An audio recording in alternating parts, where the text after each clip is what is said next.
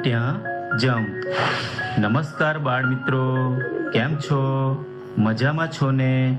બાળ મિત્રો, આજે આપણે ઘણા બધા કબૂતરોનું એક ટોળું અને એક શિકારીની વાર્તા જોવાના છે.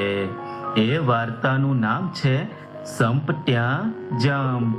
એ વાર્તા દ્વારા આપણને શું શીખવા મળે છે એ આપણે વાર્તાના અંતમાં જોઈશું. તો ચાલો જોઈએ સંપટ્યા જંપ. એક જંગલ હતું. એ જંગલમાં એક ટેકરી ઉપર ઘટાદાર ઝાડ હતું. એ ઝાડ પર કબૂતરોનું એક ટોળું રહેતું હતું.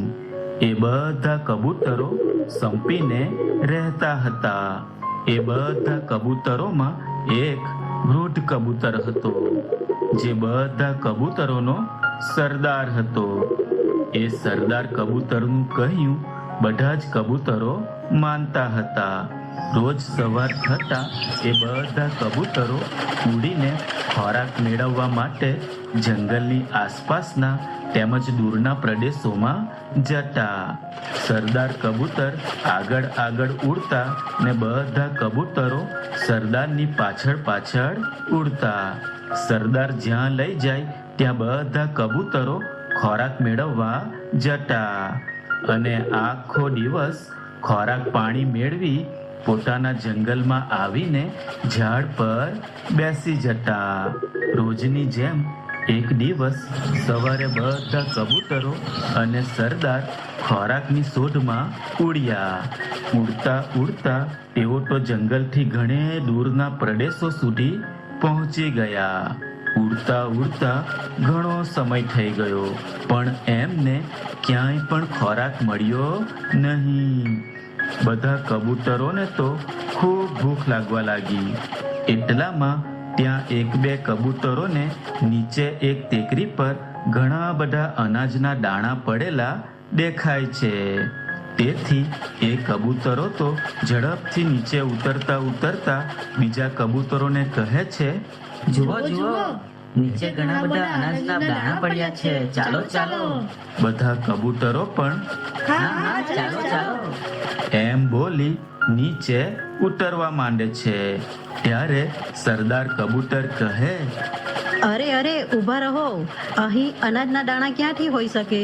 અહીં તો આજુબાજુ કોઈ ઘર કે ખેતર પણ નથી. આ તો કોઈ શિકારીની ચાલ લાગે છે. પણ સરદાર આટલું બોલે તે પહેલા તો બધા કબૂતરો દાણા મેળવવા ટેકરી પર ઉતરી પડે છે અને દાણા ચણવા મંડી પડે છે. સરદાર કબૂતરને પોતાના સાથી કબૂતરોને અહીં એકલા મૂકી જવાનું ઠીક ના લાગ્યું. તેથી ના છૂટકે એ પણ એમની જોડે જ એમને સાથ આપવા માટે જમીન પર ઉતરે છે અને એ પણ દાણા ચણવા માંડે છે. પણ એ અનાજના દાણા સાથે શિકારીએ જાળ પાથરી હતી.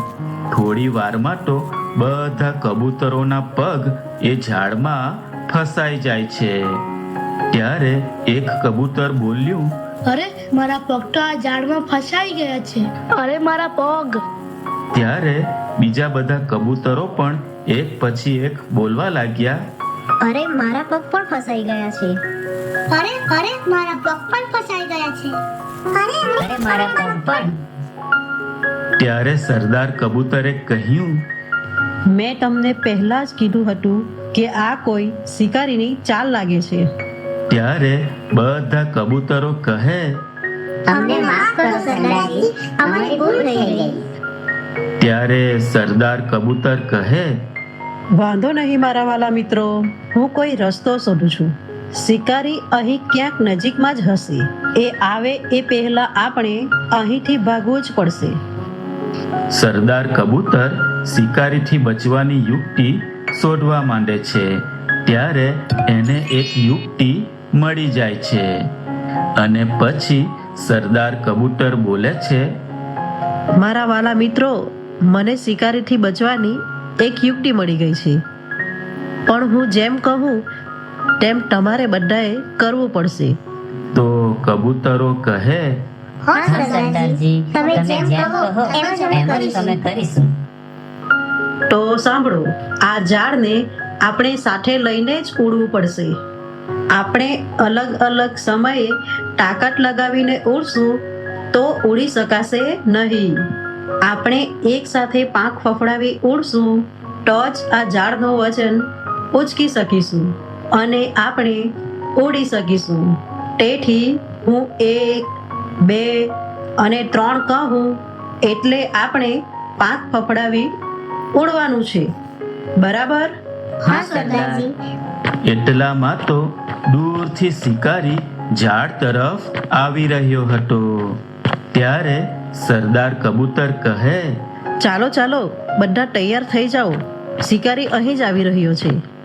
ચાલો તો હું બોલું છું, 1, 2, 3.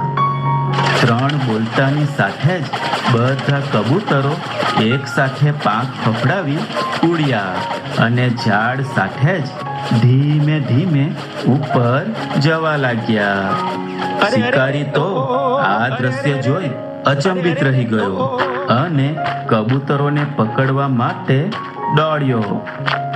અરે ઊભા રહો, અરે ઊભા રહો, અરે મારો શિકાર, અરે મારી ઝાડ, અરે ઊભા રહો, અરે ઊભા રહો, મારી ઝાડ લઈને ક્યાં જાઓ છો? ઊભા રહો, ઊભા રહો. પણ કબૂતરો તો ધીમે ધીમે કરતા શિકારીથી દૂર ખૂબ ઉપર આકાશમાં પહોંચી જાય છે અને છેવટે શિકારી દોડતા દોડતા થાક્યો અને શિકાર હાથથી નીકળી જતા નિરાશ થઈ માથે હાથ દઈને બેસી જાય છે. આ બાજુ કબૂતરો તો ઝાડ સાથે ખૂબ ઊંચે આકાશમાં ઉડતા ઉડતા જઈ રહ્યા હતા. થોડે દૂર સુધી ઉડ્યા પછી ઝાડનું વજન લઈ ઉડતા ઉડતા કબૂતરો થાકવા માંડ્યા. ત્યારે તેમાંનું એક કબૂતર સરદારને કહે, સરદાર, તમારી યુક્તિથી શિકારીથી તો બચ્યા, પણ આ ઝાડથી કેવી રીતે મુક્ત થઈશું? તો સરદાર કહે, તમે એની ચિંતા ના કરો. મારા એક જૂના મિત્ર ઉંદરનું ઘર અહીં નજીકમાં જ છે. એ આપણને આ ઝાડમાંથી જરૂર મુક્ત કરશે. ચાલો આપણે ત્યાં જ જઈએ. થોડી વાર આકાશમાં ઉડ્યા પછી સરદારના મિત્ર ઉંદરનું ઘર આવી પહોંચે છે. સરદાર કબૂતર બધા કબૂતરોને ઝાડ સહિત ત્યાં ઉતારે છે. પછી સરદાર કબૂતર હાંક મારી પોતાના મિત્ર ઉંદરને બોલાવતા કહે છે, ઓ મારા મિત્ર ઉંદરભાઈ, ઓ મારા મિત્ર ઉંદરભાઈ, ક્યાં છો તમે? જરા બહાર આવો. ઉંદર તો તરત જ પોતાના મિત્ર કબૂતરનો અવાજ ઓળખી જાય છે અને ઝટપટ ઝટપટ દરની બહાર આવે છે. અને ઉંદરભાઈ તો પોતાના મિત્ર કબૂતરને આવેલો જોઈ ખૂબ ખુશ થઈ જાય છે. પણ બધા કબૂતરોના પગ ઝાડમાં ફસાયેલા જોઈને ઉંદર પૂછે છે, તમે બધા આ ઝાડમાં કેવી રીતે ફસાયા છો?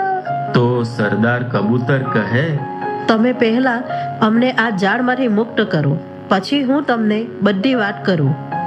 ઉંદર કહે, હા હા, કેમ નહીં? પછી તો ઉંદર પોતાના તીક્ષ્ણ દાંત વડે ઝાડ કાપવાનું શરૂ કરે છે અને થોડી વારમાં તો આખી ઝાડ કાપી નાખે છે અને બધા કબૂતરો ઝાડમાંથી મુક્ત થઈ જાય છે. પછી સરદાર કબૂતર પોતાના મિત્ર ઉંદરને સમગ્ર ઘટના વિશે કહે છે. આખી ઘટના કહ્યા પછી સરદાર કબૂતર ઉંદરનો આભાર માનતા કહે, મારા મિત્ર, આજે તમે અમને મુસીબતમાંથી બચાવ્યા તે બદલ તમારો ખૂબ ખૂબ આભાર. તો ઉંદર કહે, અરે એમાં આભાર શેનો? એ તો મારી ફરજ કહેવાય. એક મિત્ર બીજા મિત્રને કામ ના આવે તો કોણ આવે? તો સરદાર કબૂતરે કહ્યું, હા, એ વાત પણ સાચી છે. તો ચાલો ઉંદરભાઈ, અમે તમારી વિદાય લઈએ છીએ. ખૂબ મોડું થઈ ગયું છે. હજુ અમારે ઘરે પણ પહોંચવાનું છે. ચાલો આવજો, ફરી મળીશું. એમ કહી બધા કબૂતર ત્યાંથી ઉડી જાય છે. તો બાળ મિત્રો, મજા આવીને આ વાર્તા જોવામાં. બાળ મિત્રો, આ વાર્તા દ્વારા આપ